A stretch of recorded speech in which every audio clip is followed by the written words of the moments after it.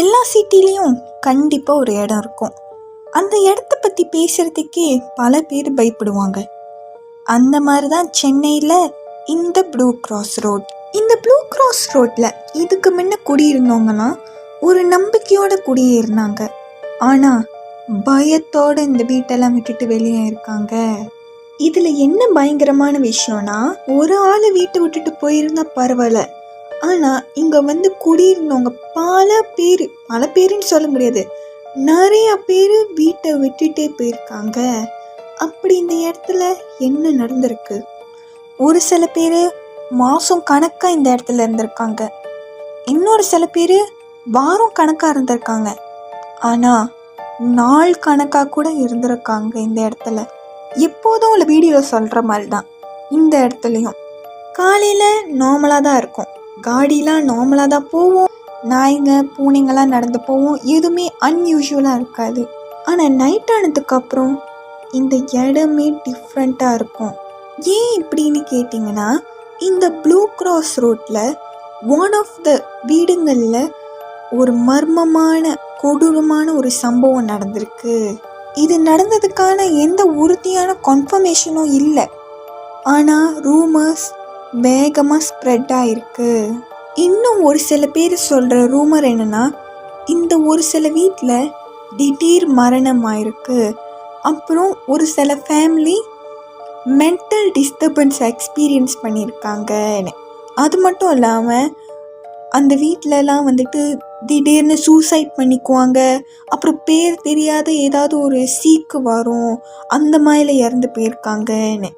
இவ்வளோ ரூமரில் எது தான் உண்மையாக நடந்துச்சின்னு கூட தெரில. ஆனால் அந்த ஒரு சம்பவத்துக்கு அப்புறம் எந்த ஃபேமிலியும் இந்த ப்ளூ கிராஸ் ரோட்டில் நிம்மதியாகவே குடியிருக்க முடியல. இந்த இடத்துல குடியிருந்தவங்க என்ன சொல்லியிருக்காங்கன்னா, லேட் நைட் ஆனதுக்கப்புறம் எல்லாரும் தூங்கினதுக்கப்புறம் ஃபுட் ஸ்டெப்ஸ் சத்தம் கேட்கும், அது மட்டும் இல்லாமல் கதவு சொந்தமாகவே திறக்கும், சொந்தமாகவே சாத்திக்கும்னு, அப்புறம் விளக்கு சொந்தமாக அமைஞ்சு எரியும்னு சொல்லியிருக்காங்க. இன்னும் ஒரு சில பேர் என்ன சொல்லியிருக்காங்கன்னா, நைட்டு 3 மணிக்கு திடீர்னு முழிப்பு வரும், யாரோ அவங்கள வாட்ச் பண்ணுற மாதிரியே ஒரு ஃபீலாக இருக்கும்னு சொல்லியிருக்காங்க. பயங்கரமான சம்பவம் என்ன நடந்திருக்குன்னா, நைட்டு தூங்கும் போது ஸ்லீப்பிங் பேரலிசிஸாக ஆயிருக்கு. அதாவது நம்ம தூங்கிக்கிட்டு இருப்போம், திடீர்னு நம்மளால் நம்ம உடம்பை நவுத்தவே முடியாது, ஏதோ ஒரு கனமான ஒரு ப்ரெஷர் நம்ம நெஞ்சு மேலே இருந்துக்கிட்டு இருக்கோம். அதாவது ஏதோ நம்ம நெஞ்சு மேலே உட்காந்துட்டு இருந்தால் எப்படி இருக்கும், அந்த மாதிரியான ஃபீலாக இருக்கும். இன்னும் இருக்க கேளுங்க, ஏதோ ஒரு ஷேடோ ஃபிகர் அவங்க பெட்டு பக்கத்தில் நின்றுட்டு இருக்கோமா, அதுக்கப்புறம் யாரும் இல்லாத ரூமில் கண்ணாடியை பார்த்தா ஏதோ ஒரு மூவ்மெண்ட் தெரியுமா அந்த கண்ணாடியில், அதாவது ஏதாவது ஒரு உருவம் தெரியுமா. இன்னொன்று, சின்ன பிள்ளைங்களாம் நைட்டு தனியாக தூங்குறதுக்கு தவிர்ப்பாங்களாம். ஏன்னா அவங்க என்ன சொல்லியிருக்காங்கன்னா, நைட்டில் தூங்கும் போது கதவு கிட்ட யாரோ நிற்கிறாங்கன்னு சொல்லியிருக்காங்க. இந்த இடத்துல காலி பண்ணிட்டு போகிறவங்களாம் சொல்ல மாட்டாங்க ஏன் இந்த இடத்த விட்டுட்டு போகிறாங்கன்னு, இன்டர்வியூஸ் கூட கொடுக்க மாட்டாங்களாம். அதையும் மீறி கேள்வி கேட்டால் கூட அவங்க சப்ஜெக்டே மாற்றிடுவாங்க. ரியல் எஸ்டேட் ஏஜென்ட் கூட அவங்களுக்கே தெரியும் இந்த ப்ளூ கிராஸ் ரோட்டில் வீடை விற்கிறதுக்கு ரொம்ப கஷ்டம்னு.